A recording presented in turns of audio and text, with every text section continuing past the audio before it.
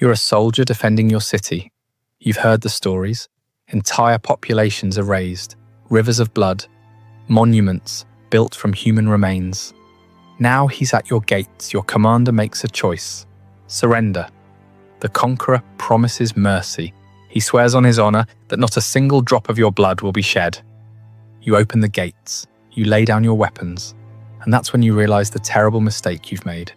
Because this man, this monster, keeps his promises. Just not in the way you thought. Within hours, you and thousands of your brothers in arms are being herded into massive pits. Not to be killed. No, that would be too quick. You're being buried alive. Dirt pours over your face as you scream, suffocating in darkness. And technically, the conqueror kept his word. Not a drop of blood was spilled. This actually happened, and the man who did it didn't stop there. He would go on to slaughter 17 million people, build towers from severed heads, and commit acts so disturbing that even hardened medieval chroniclers couldn't finish documenting them without becoming physically ill. Look, if you're into the darkest parts of history that no one talks about, go ahead and subscribe. We dig into this stuff all the time. And seriously, drop a like, because what's coming next is going to get so much worse. Trust me, you need to hear what happened to the fifth city. It's on a whole different level. His name was Tamerlane, and what he did to 5 cities makes every other conqueror in history look like an amateur. This is the story of calculated cruelty taken to its absolute extreme. And I need to warn you, what you're about to hear is going to stay with you. Before we dive into the nightmare, you need to understand who Tamerlane really was, because this wasn't some mindless barbarian swinging a sword. This was a brilliant military strategist, a patron of the arts, and a man who could recite poetry in multiple languages, which somehow makes what he did even more terrifying. Born in 1336, in what's now Uzbekistan, Timur, later called Tamerlane, meaning Timur the Lame, after a battle injury left him with a limp, rose from minor nobility to become one of history's most successful conquerors. He claimed descent from Genghis Khan and made it his life's mission to rebuild the Mongol Empire.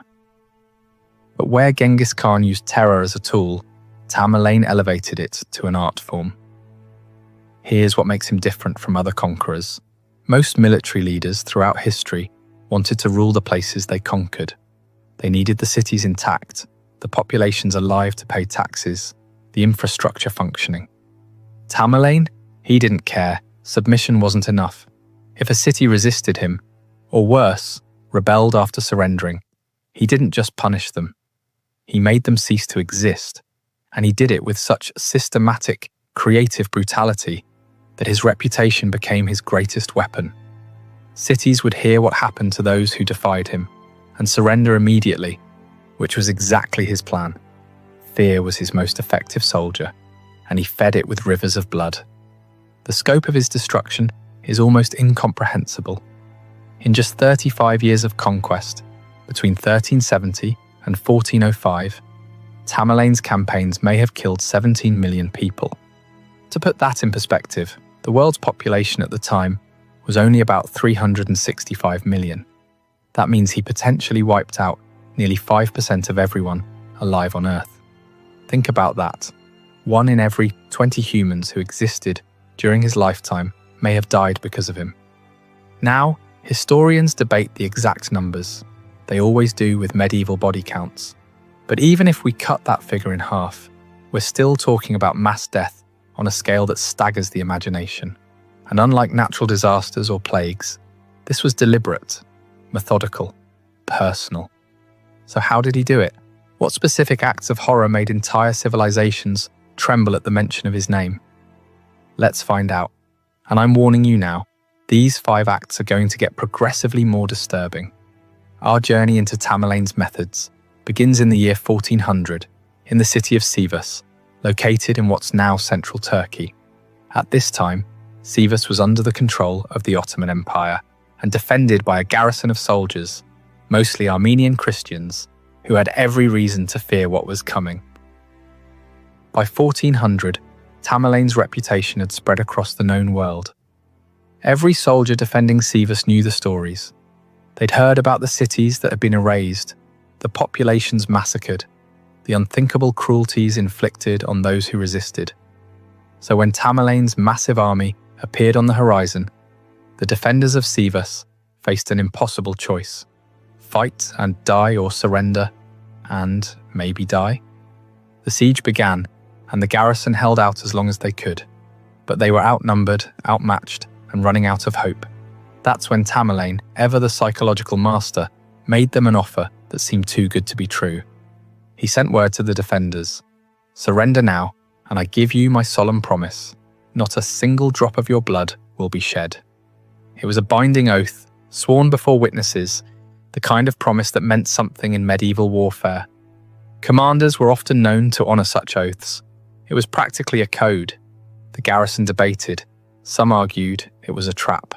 Others pointed out that they had no chance of victory anyway. At least this way, there was a possibility of survival. Eventually, desperation won.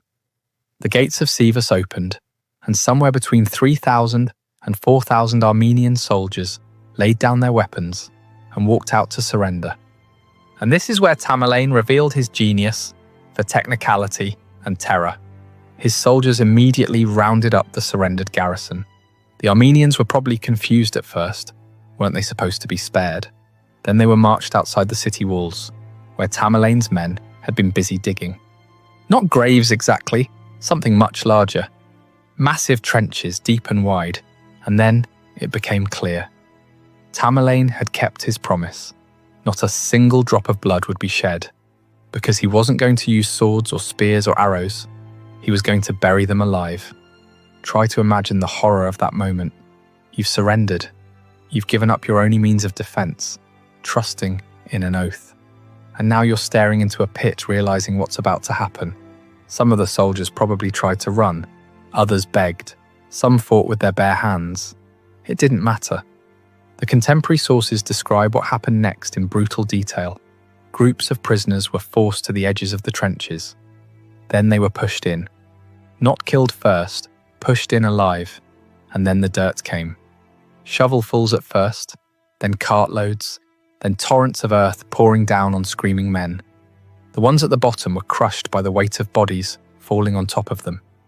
The ones higher up had to watch the dirt rise, covering their legs, their chests, their faces. Some died from suffocation within minutes. Others, trapped in air pockets, might have lasted hours in the darkness, feeling the weight of earth and corpses pressing down on them, slowly running out of oxygen. All 3,000 to 4,000 soldiers died this way, and Tamerlane could stand before anyone and say, truthfully, that he had kept his word.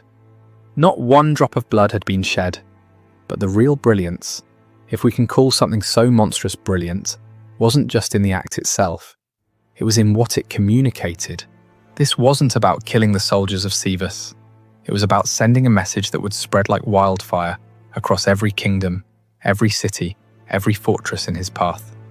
The message was this: surrender means nothing. Mercy is an illusion. Promises are word games. And Tamerlane is always thinking 3 moves ahead. News of Sivas spread fast. Suddenly every city had to recalculate. Maybe fighting to the death was actually the better option, because at least you'd die with a sword in your hand, rather than dirt in your lungs. Or maybe immediate surrender was the only hope, because who knew what Tamerlane would do if you made him work for it? This is what made Tamerlane so terrifying. He wasn't just a conqueror. He was a psychological architect, building structures of fear inside people's minds. And Sivas was just his opening act. Because if you thought burying 4,000 men alive was bad, wait until you hear what he did to cities that actually defied him. If Sivas was a lesson in twisted promises, then what Tamerlane did to the city of Urgench was something else entirely. This was about making a place, and everyone in it, vanish from the earth as if they had never existed. Urgench was one of the jewels of Central Asia. Located in what's now Turkmenistan, it sat along the Silk Road trade routes and was the capital of the Khwarezmian region. The city was wealthy, cultured, filled with libraries, mosques, bustling markets, and beautiful homes. It was, by all accounts, a place worth ruling. But Urgench made a catastrophic mistake. It rebelled. Now, rebellions happened all the time in medieval empires. Usually, a conqueror would show up, put down the rebellion, execute the leaders, maybe do some strategic terror to make a point, and then get back to collecting taxes. Because you need those cities functioning to fund your empire, right? Not Tamerlane. For him, rebellion wasn't a political problem to solve. It was a personal insult that required total retribution. In 1388, after Urgench dared to resist his rule, Tamerlane returned with his army. This wasn't going to be a siege in the traditional sense. This was going to be an execution, not of people, of the city itself. His forces surrounded Urgench and began the attack. The defenders fought desperately, but they were facing one of the most effective military machines the world had ever seen. City walls that had stood for centuries were breached. And then the real horror began. Tamerlane's orders were clear and methodical. First, kill everyone. And I mean everyone. Men, women, children, elderly, rich, poor. It didn't matter. This wasn't about eliminating soldiers or punishing leaders. This was total population elimination. Contemporary chroniclers described the streets running with so much blood that it formed streams. But Tamerlane wasn't finished. Because you can rebuild a city if the structures remain. You can repopulate it. In a generation or two, it might return. Tamerlane couldn't allow that. So he gave his next order: level everything, destroy every building, every mosque, and remember, these were Muslim mosques, and Tamerlane himself was Muslim. So this wasn't even religious destruction. This was pure obliteration. Every library with its precious manuscripts, every home, every shop, every well, every wall. His soldiers spent weeks tearing down Urgench stone by stone. Buildings that had taken years to construct were reduced to rubble. The systematic destruction was so thorough that archaeologists today have trouble even figuring out where parts of the city used to be. But here's where it gets even more disturbing, where Tamerlane's actions cross from military brutality into something almost ritualistic. According to multiple historical sources, after the city was reduced to ruins, Tamerlane ordered his men to do something bizarre: plough the rubble and plant barley over it. Think about what that means symbolically. Barley is what you plant in fields. Farmland, empty land. By ordering barley to be sown over Urgench, Tamerlane was making a statement. This is no longer a city. This is not even worthy of being called ruins. This is farmland now. This place has been uncreated. Some historians debate whether the barley planting actually happened or if it's an embellishment added by chroniclers to emphasize the totality of the destruction. But honestly, it doesn't matter. Because whether it's literally true or metaphorically true, everyone understood the message. Urgench was gone. Not conquered, not occupied, gone. And here's the really chilling part. It worked. Urgench never recovered. The site was eventually abandoned. A new city with the same name was built miles away, but it wasn't the same place. The original Urgench, with its centuries of history, its culture, its people, ceased to exist. Tamerlane had done something that most conquerors only talk about. He had actually erased a city. But that raises a question. What happened when a city was smart enough to surrender immediately? What if they didn't resist at all? Would Tamerlane show mercy then? The Persian city of Isfahan was about to find out. And the answer they got was one of the most horrifying episodes in all of medieval history. Isfahan was one of the great cities of medieval Persia, a center of art, science, and Islamic scholarship.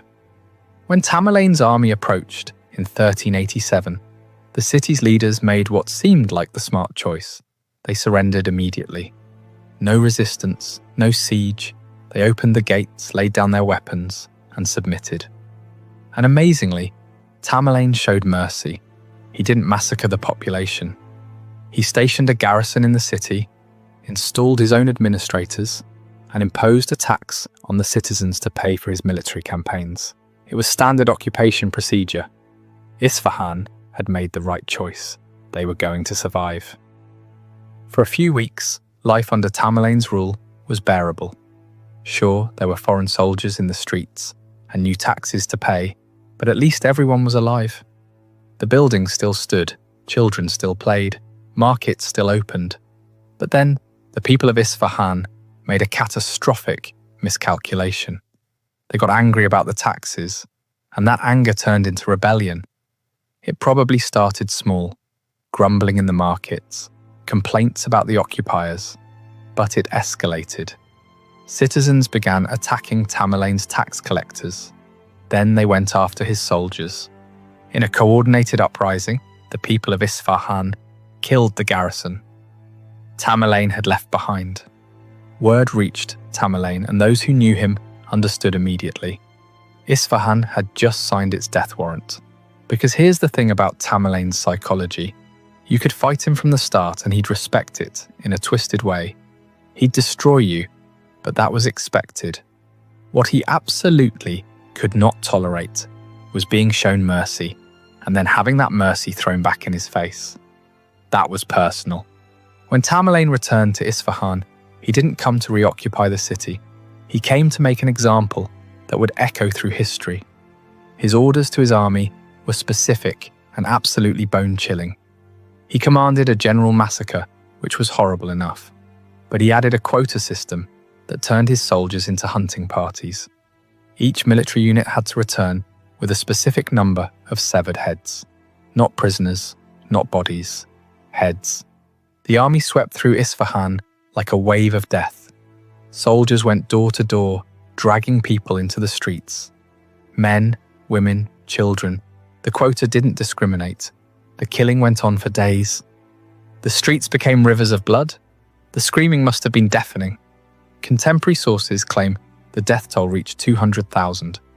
Modern historians think that number is inflated and suggest around 70,000 is more accurate. But here's the thing. Does it really matter if it was 70,000 or 200,000? Both numbers are incomprehensible acts of mass murder. The human brain can't even properly process death on that scale. But the killing was just the beginning of Isfahan's nightmare. Because Tamerlane had plans for all those severed heads. He ordered his men to collect them. All of them. Tens of thousands of human heads, piled up in the streets, flies swarming, the stench unbearable. And then he gave an order that still seems impossible. Build towers with them. His soldiers constructed pyramids of human skulls. Think about that for a moment. Not monuments to the dead, monuments from the dead. Human beings reduced to building materials. One eyewitness chronicler, a man who had seen plenty of medieval warfare, tried to count them. He documented 28 of these towers before he literally couldn't continue. The chronicler wrote that each tower contained approximately 1,500 heads, and that he became too physically ill to finish counting. The smell, the sight, the sheer horror of it overwhelmed him. Even if we assume some exaggeration in the sources, and medieval chroniclers did love to inflate numbers for dramatic effect, we're still talking about towers of human skulls standing throughout a major city. Multiple towers, each one representing thousands of people who had been alive just days before. These weren't hidden away. They were deliberately placed in public spaces, at city gates, in main squares. They were meant to be seen. Tamerlane wanted every person who entered Isfahan, every traveller passing through, every merchant on the Silk Road, to see what happened when you defied him. And it worked. The skull towers of Isfahan became legendary. They stood for years, some sources say decades, slowly deteriorating, a constant reminder of Tamerlane's vengeance. Stories about them spread across the known world. Parents would tell their children about the towers. Merchants would describe them in horror. Military commanders would reference them when debating whether to resist or surrender. Isfahan had gambled that they could rebel after surrendering, that Tamerlane was too far away or too busy to respond. They were wrong, and the price wasn't just paid by those who participated in the rebellion.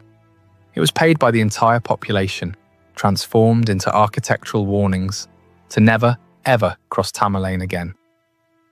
But if you think towers of skulls represent the peak of Tamerlane's brutality, we're not even close to finished. Because what he did to Delhi makes Isfahan look almost restrained by comparison. By 1398, Tamerlane had conquered most of Central Asia and Persia. He was in his 60s, ancient by medieval standards, but his appetite for conquest hadn't diminished at all. His gaze now turned south, toward the legendary wealth of India. The Delhi Sultanate ruled northern India at the time. It was rich, powerful, and according to Tamerlane, way too soft. His official justification for invasion? The Muslim sultans of Delhi weren't being harsh enough toward their Hindu subjects. Never mind that Tamerlane's own empire included plenty of non-Muslims who he taxed but didn't systematically persecute. This was about wealth and conquest, dressed up in religious rhetoric. Tamerlane assembled a massive army, over 90,000 soldiers, and began his march through northern India. And I need you to understand something. This wasn't a clean military campaign, with armies meeting on battlefields. This was a rolling apocalypse. As Tamerlane's forces moved through the Indian countryside, they plundered everything. Villages were razed, crops were burned, anyone who resisted was killed, and anyone who didn't resist was taken captive to be sold as slaves. The army was so effective at this systematic looting that they soon had a massive problem: too many prisoners. Historical accounts claim Tamerlane's forces had captured around 100,000 Hindu prisoners by the time they approached Delhi. Think about the logistics of that for a second. That's 100,000 people who need to be guarded, fed and kept from escaping. An entire city's worth of captives, all travelling with the army. Tamerlane looked at this situation and saw a tactical liability. He was about to face the Sultan's army in what would be the decisive battle of the campaign. The last thing he needed was 100,000 prisoners, potentially rebelling, behind his lines in the middle of the fight. So he made a decision that exemplifies his absolutely cold, calculating brutality. Kill them all. In a single day, Tamerlane ordered the execution of an estimated 100,000 prisoners. Not in battle, not while they were resisting, just systematic mass execution.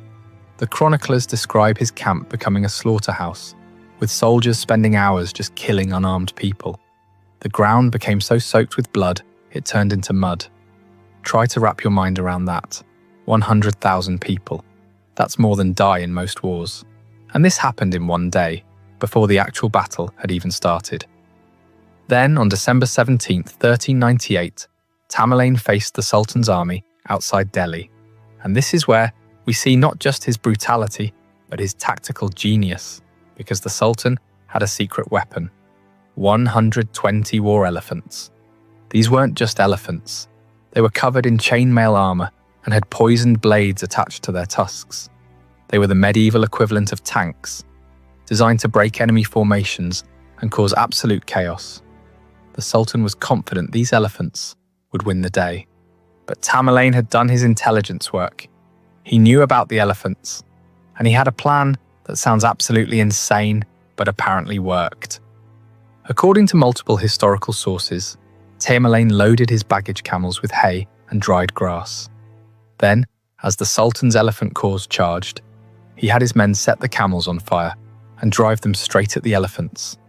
Imagine being a war elephant, trained for battle, and suddenly you're facing dozens of screaming, flaming camels running right at you.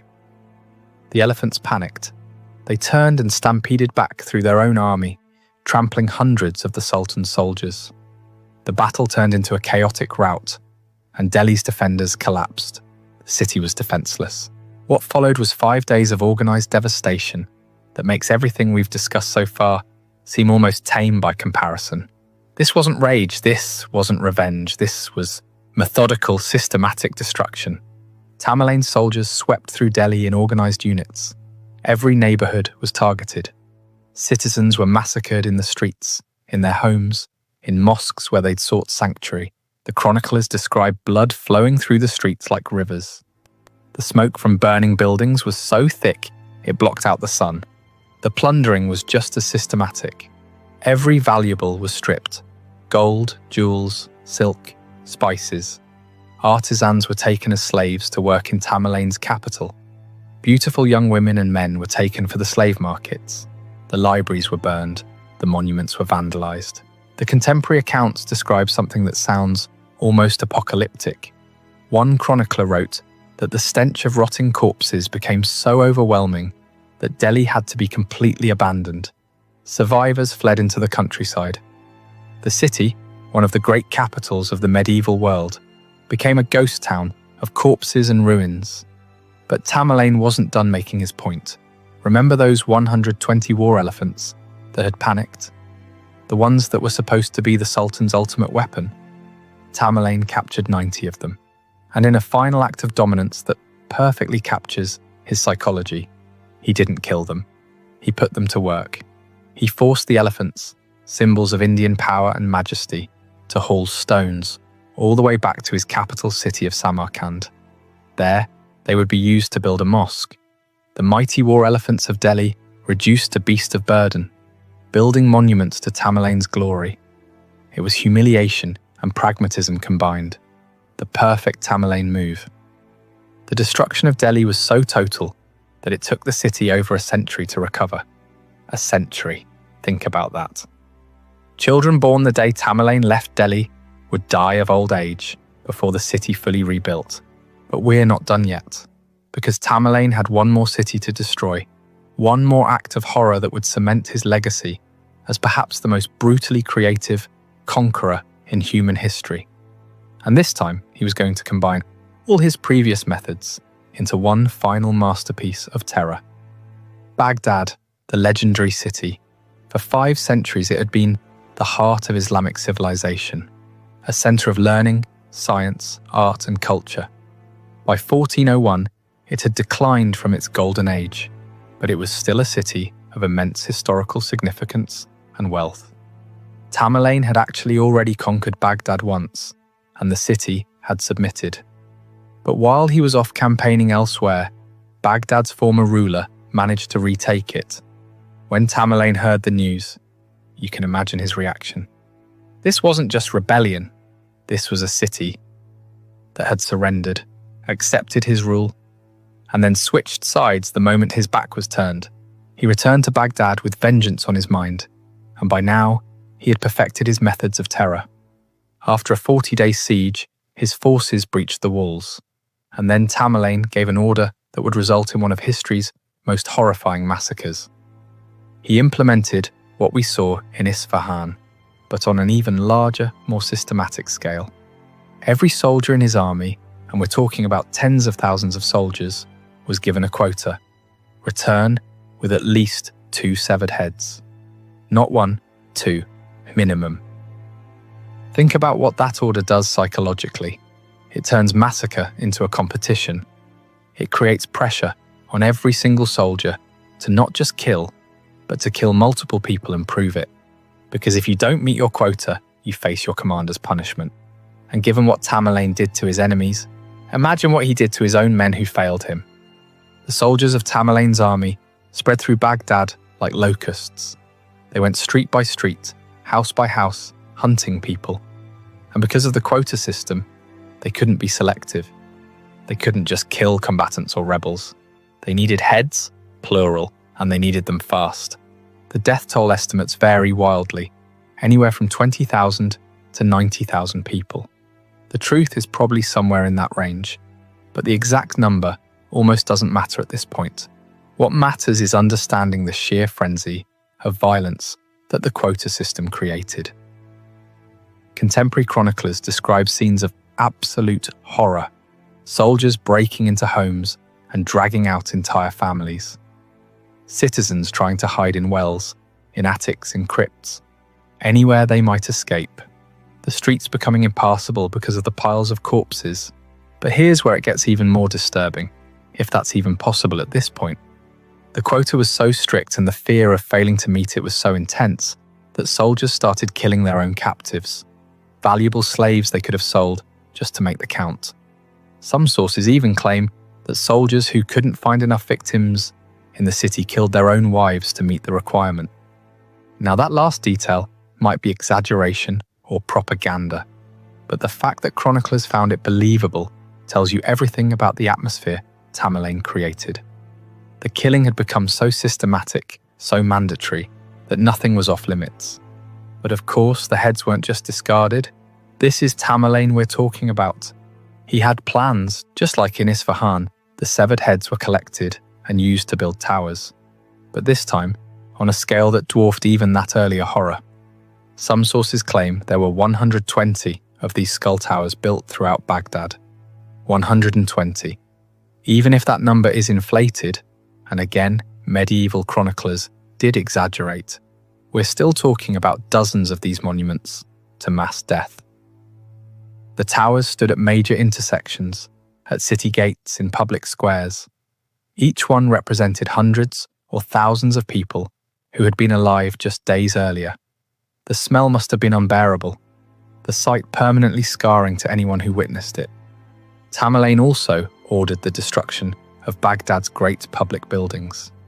Libraries full of precious manuscripts were burned. Palaces were torn down. The physical infrastructure of one of history's greatest cities was systematically dismantled. Interestingly, he spared the religious sites, mosques and shrines. This wasn't out of respect, it was strategy. He wanted people to see that he wasn't waging war against Islam. He was waging war against disobedience. The religious buildings stood as lonely monuments in a sea of ruins, emphasizing the message: God's houses remain, everything else is forfeit. Baghdad, like Delhi before it, was left a hollow shell of its former self. The survivors fled, the economy collapsed, the cultural legacy was shattered, and the towers of skulls stood for years as a warning to anyone else who might consider defying Tamerlane. So there you have it, 5 acts of calculated terror that made Tamerlane's name a synonym for brutality. From the buried soldiers of Sivas to the skull towers of Baghdad, he didn't just conquer, he performed. Every massacre was a message, every atrocity was a strategy. He understood something that most conquerors didn't. Your reputation can fight battles for you. Make people terrified enough, and they'll surrender before you even arrive. He turned horror into a military asset, and it worked. He built an empire stretching from Turkey to India, from Russia to the Persian Gulf. But here's the thing about empires built on fear: they don't last. Tamerlane died in 1405, just 7 years after sacking Delhi, while planning an invasion of China. Within decades, his empire had fragmented. His descendants fought each other. The territories split apart. But the memory, that lasted. Centuries later, people still invoke his name. The skull towers may have crumbled, but the stories didn't. And that's perhaps the most chilling part of all. Tamerlane got exactly what he wanted: immortality. We're talking about him right now, 620 years after his death. He's still winning. So which act do you think was the most horrifying?